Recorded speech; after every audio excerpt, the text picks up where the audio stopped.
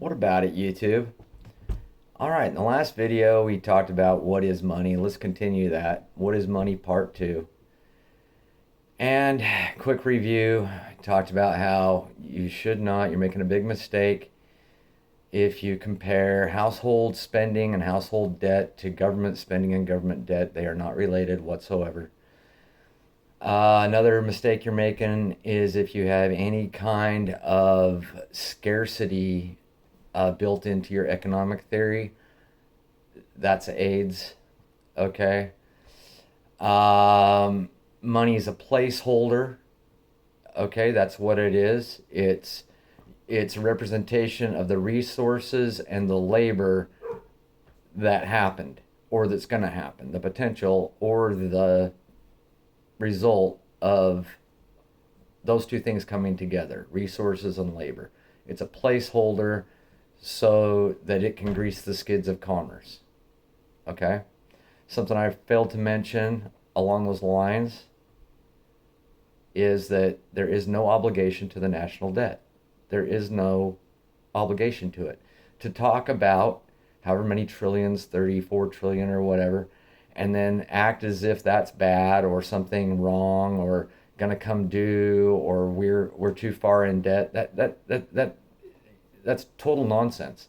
That's total nonsense. It's a ledger of government spending. There's no obligation. It shouldn't even have the word debt attached to it. The reason that they attach the word debt to it is so that they can charge the usury decried in the Bible, ran by the usual suspects, the Rothschilds, right, and other usual suspects in the tribe. Okay, so they call it debt for whatever reasons, right? But the only working reason is that they can charge interest, usury, on that borrowing. And that's the only obligation. So every year, Congress borrows money. They have spending bills every year. And then come due at the end of the year is the interest on that. Now, that's an arbitrary thing.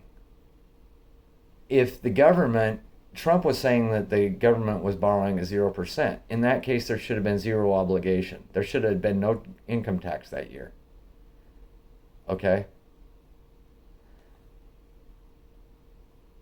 And no one connects the two, so they think that it's just this ongoing thing we got to pay.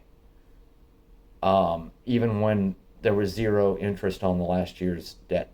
Now, I want to get into that too. The whole taxing system. No one on the ground floor should be paying taxes. No one. The only people paying taxes should be corporations. And we talked about in the last video how the only thing that is required for fiat money to work, the only thing, simple, is to require whatever specie it is in taxes. Call it dollars, dinars, rubles, it doesn't matter, shekels, it doesn't matter. At that point, okay, that you have people have to get that to pay their taxes, so they have to engage in commerce. It comes full circle. We talked about it in the last video. So corporations should pay taxes. Corporations, or if you're self-employed, perhaps. If you run your own business, perhaps you should. But there should be no such thing as a W-2. Someone who works for somebody, just the corporation should have to pay taxes. That's it.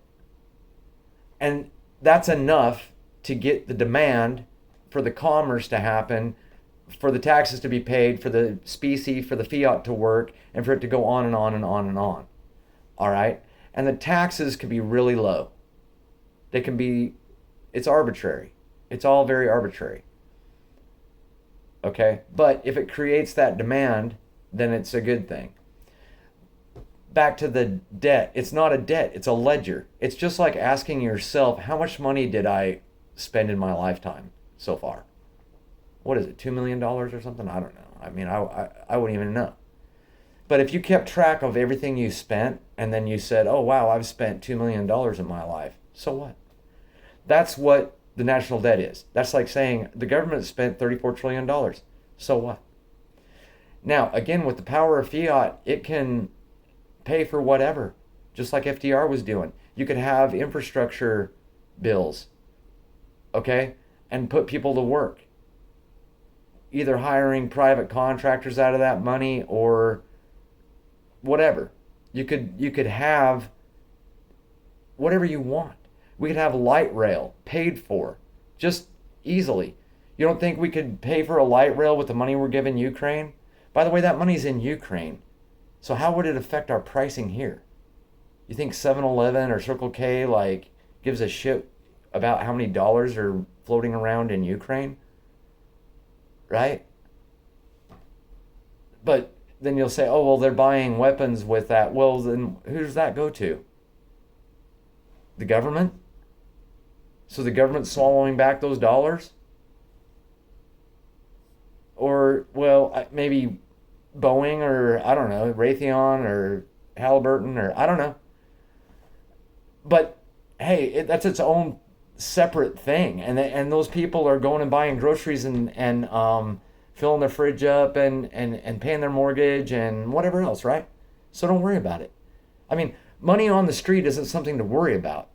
People who think we have to have high interest rates to control inflation are bizarro world. They've totally been sucked into this bizarro world of economic retard theory. We're not running out of any resources planet-wide.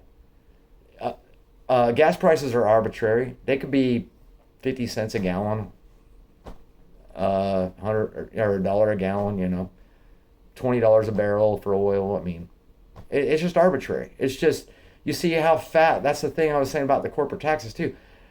How come Amazon and Exxon are paying no taxes, but you know they're making money? Okay? So it's the opposite. They're the opposite. The demand to make the dollar have value by taxing it, by taxing in that specie, Exxon should be paying it, man. If they're going to charge, especially that should be the thing too. Like to regulate them, the government should be watching how much their margins there, you know. They should be looking at that stuff. Like how much are they charging, you know, they're making like way too much billions of dollars. Well, we're going to need to tax that and just suck that off of them so that they'll quit it, right? They'll quit it. You chill out on charging too much margins. That could be done in the medical field and all other fields too, right? And to control price gouging. All right? The government could regulate that way. They could see who's price gouging and start hitting them with taxes. And then there's have to be agencies, you know, the agency that would like oversee that. But all this other, anyway, I could go on and on and on.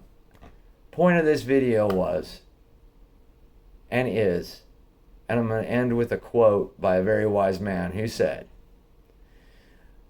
money is like manure. It does no good unless you spread it around. And part 3, I'm going to talk about why creeping interest rates are a good thing. I mean, creeping inflation is a good thing. Excuse me. Creeping inflation is a good thing. All right. God bless.